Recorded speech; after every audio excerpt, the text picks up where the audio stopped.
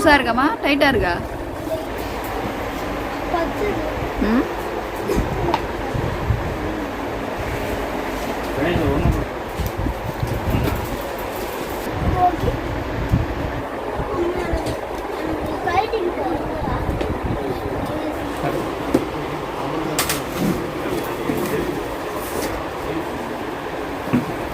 போங்க.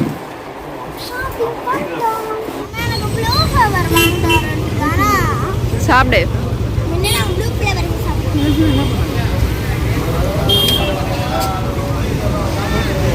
சண்முகா விலாஸ்.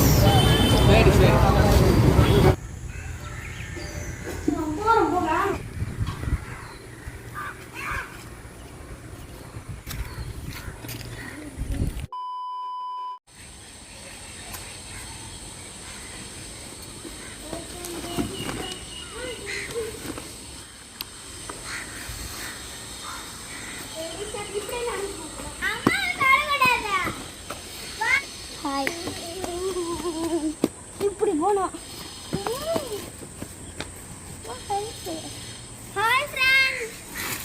காமி தன்ஷி காமி நெல்லு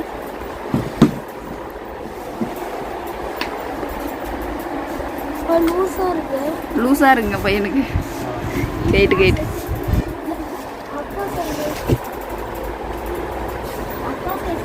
இந்த இதில் உட்கார்.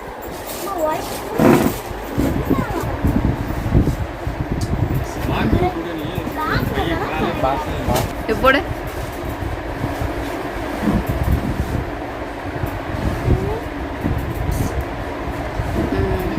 கரெக்டாக இருக்கா டைட்டாக இருக்கா? அது இன்னொரு செப்பல் கொடுங்க.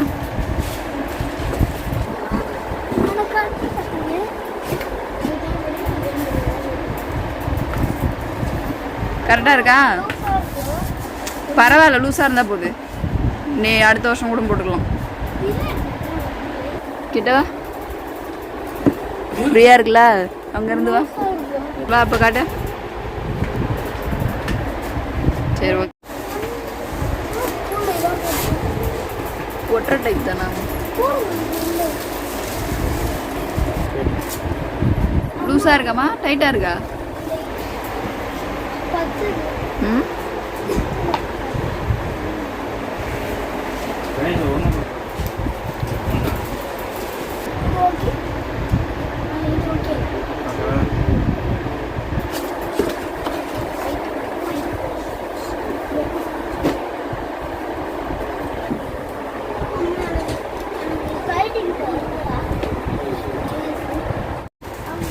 ஆமாம்.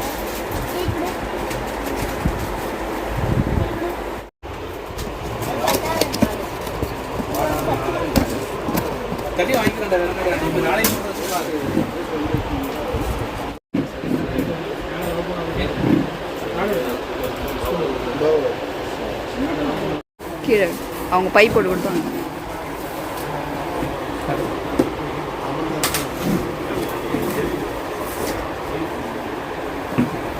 போங்க.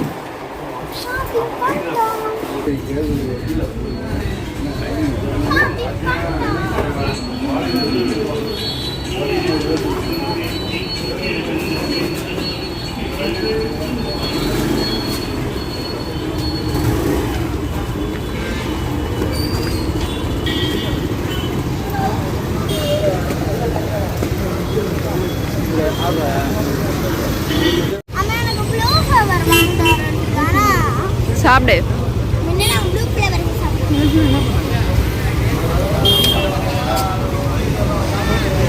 சண்முகா விலாஸ்.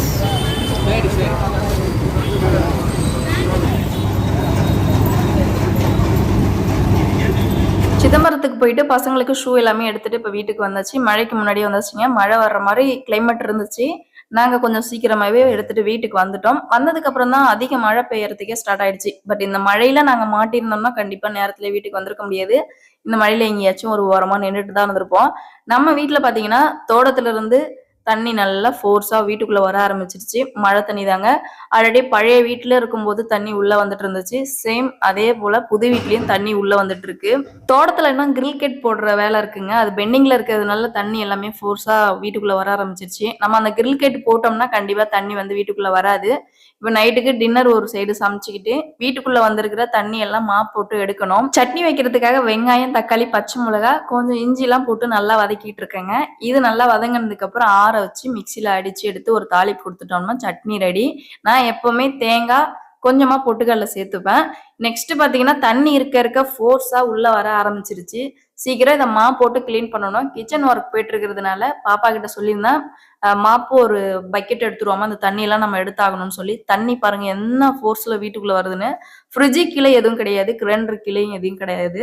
அதனால தண்ணி வந்தாலும் பிரச்சனை இல்லை. டைல்ஸ்ல பட் இவ்வளவு தண்ணி நிக்குது. நம்ம இதை உடனே எடுத்துட்டோம்னா டைல்ஸ் வந்து கொஞ்சம் லைஃப் வரும். இந்த மாதிரி தண்ணி அப்படியே நின்றுட்டே இருந்துச்சுன்னா கண்டிப்பா சீக்கிரம் டைல்ஸ் வீணா போயிடும். கூடிய சீக்கிரம் பேக் டோருக்கு வந்து நம்ம கிரில் கட் போட்டோம்னா இந்த மாதிரி சாரல் தண்ணி வீட்டுக்குள்ள வர்றதுக்கு மோஸ்ட்லி சான்ஸ் இருக்காது. 2 மேட் போட்டு அந்த மேட் பாருங்க ஃபுல்லா வந்து நனைஞ்சு போயிடுச்சு. பாப்பா வந்து தண்ணி எல்லாம் எடுக்க சொன்னா பாப்பா அந்த ஒர்க் பண்ணிட்டு இருக்கா. நான் தோசை ஊத்தி சட்னி இப்ப ரெடி பண்ணிட்டு இருக்கேன். சட்னிக்கு காயெல்லாம் வதக்கி வச்சிட்டேன்னா அது இப்போ ஆறிட்டு இருக்கு. ஒரு சைட்ல தோசையும் சுட்டுட்டு இருக்கேன். நம்ம தோசையும் சுட்டுட்டு இருக்கும்போது சட்னியும் ரெடி பண்ணிட்டோம்னா ஃபைனலா நமக்கு ஒர்க்க முடியும். ஒரே டைம் எடுத்துட்டு போய் சாப்பிட்டுக்கலாம். இப்போ ஃபைனலா பாருங்க சூப்பரா வந்து மாப்பெல்லாம் போட்டு தண்ணி எல்லாம் எடுத்தாச்சு. நைட்டுக்கு டின்னரும் செஞ்சாச்சுங்க. இன்னைக்கு நம்ம வீட்டுல டின்னர் வந்து தோசையும் சட்னியும் தாங்க. சாப்பிட்டு முடிச்சுட்டு சிதம்பரத்துல நம்ம பர்ச்சேஸ் பண்றதுக்கு போயிருந்தோம். என்னென்ன பர்ச்சேஸ் பண்ணிருந்தோம்னு இப்ப பாத்திரலாம். அன்பாக்சிங் தான் பண்ண போறேன். பாப்பாவை நான் பர்ச்சேசிங் கூட்டிட்டு போயிருந்தனால ஹோம்ஒர்க் பண்ண முடியல. இப்போதான் ஹோம்ஒர்க் பண்ணிட்டு இருக்கா.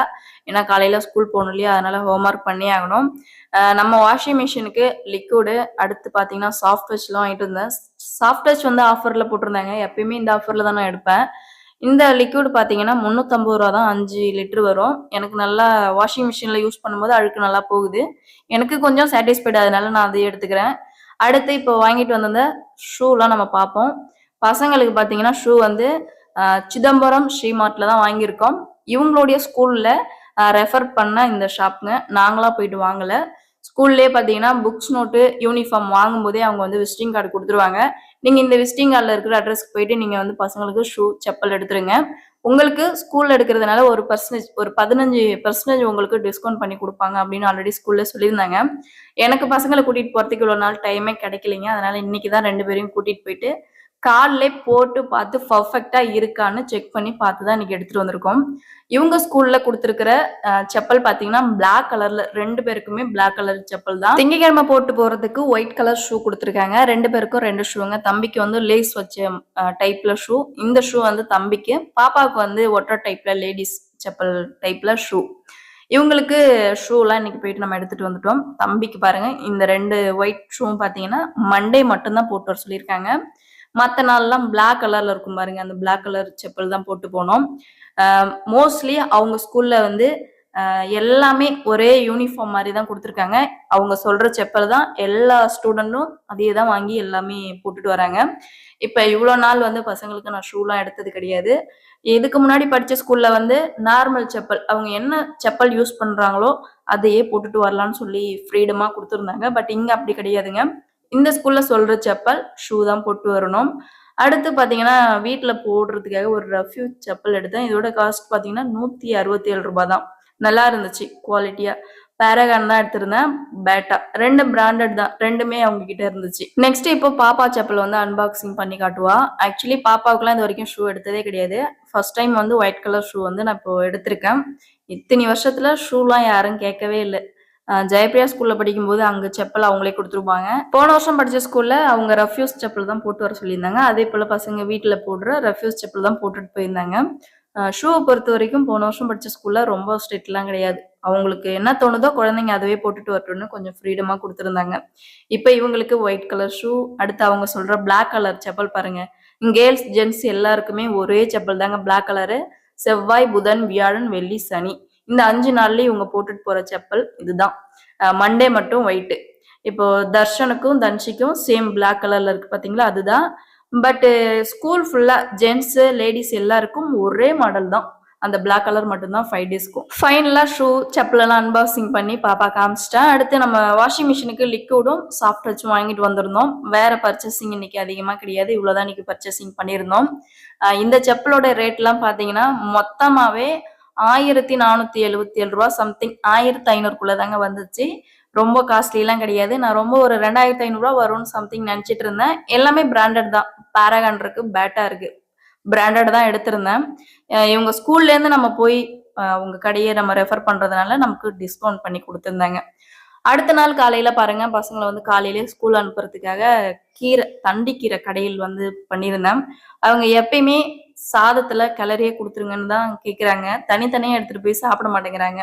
தன்ஷி போன வருஷம் தனித்தனியா எடுத்துட்டு போய் சாப்பிட்டுட்டு இருந்தா, இப்போ கிளறி கொடுங்கன்னு சொல்லி அவளா கேட்டு வாங்கிட்டு போறா. சரி, அவ தானே அப்புறம் சாப்பிட்டாகணும், நமக்கு பிடிச்ச மாதிரி நம்ம பண்ண முடியாதுன்னு 2 பேருக்குமே நான் வந்து சாதத்தை கிளறியே தான் வச்சிடுறேன். இன்னைக்கு வந்து பிளாக் கலர் ஷூ வந்து போட்டுட்டு போவாங்க. அது மாட்டர் டைப், அது ஷூன்னு சொல்ல முடியாது, செப்பல் தான். அந்த மாட்டர் டைப் வந்து இன்னையிலேருந்து அவங்க ஸ்கூலுக்கு அதை வேர் பண்ணிட்டு போக போறாங்க.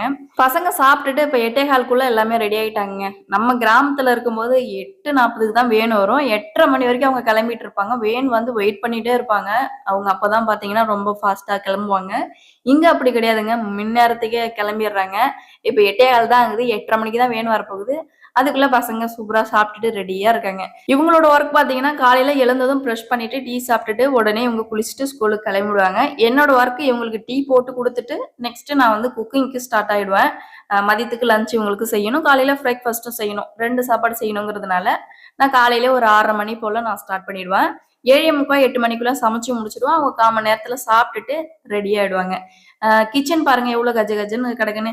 இவங்களை கொண்டு போயிட்டு வேன் ஏற்றி விட்டுட்டு வந்துதான் நான் பாத்திரம்லாம் வாஷ் பண்ணுவேன். வீடு வாசல்லாம் பாத்தீங்கன்னா அழகா பெருக்கி சுத்தமா வச்சுப்பேன். வீட்டுக்கு பின்னாடி வியூ பாருங்க, நேத்தி நைட்டு மழை பெஞ்சது இல்லையா, மழை பெஞ்சதும் கிளைமேட் எப்படி இருக்கு பாருங்க. இப்போ பசங்களும் பேக் லஞ்ச் கூட எல்லாம் எடுத்துட்டு இப்போ வெளியே வந்துட்டாங்க. நம்ம பசங்களுக்கு இன்னும் யூனிஃபார்ம் வந்து தைக்கலைங்க, தைக்க கொடுத்துருக்கேன், இன்னும் அவங்க தச்சு ரெடி பண்ணி கொடுக்கல. அதனால கலர் ட்ரெஸ்ல தான் போயிட்டு இருக்காங்க. கூடிய சீக்கிரம் யூனிஃபார்ம் வந்து வாங்கிட்டு வந்து கொடுத்துட்டோம்னா பசங்க யூனிஃபார்ம்ல போக ஸ்டார்ட் பண்ணிடுவாங்க. தன்ஷிக்கு பாத்தீங்கன்னா டாப்பு பேண்ட்டு மேல ஒரு கோட் வந்துடும். தம்பிக்கு பாத்தீங்கன்னா டவுசர் ஷர்ட் தான், அவனுக்கு எந்த டிஃப்ரெண்ட் கிடையாது.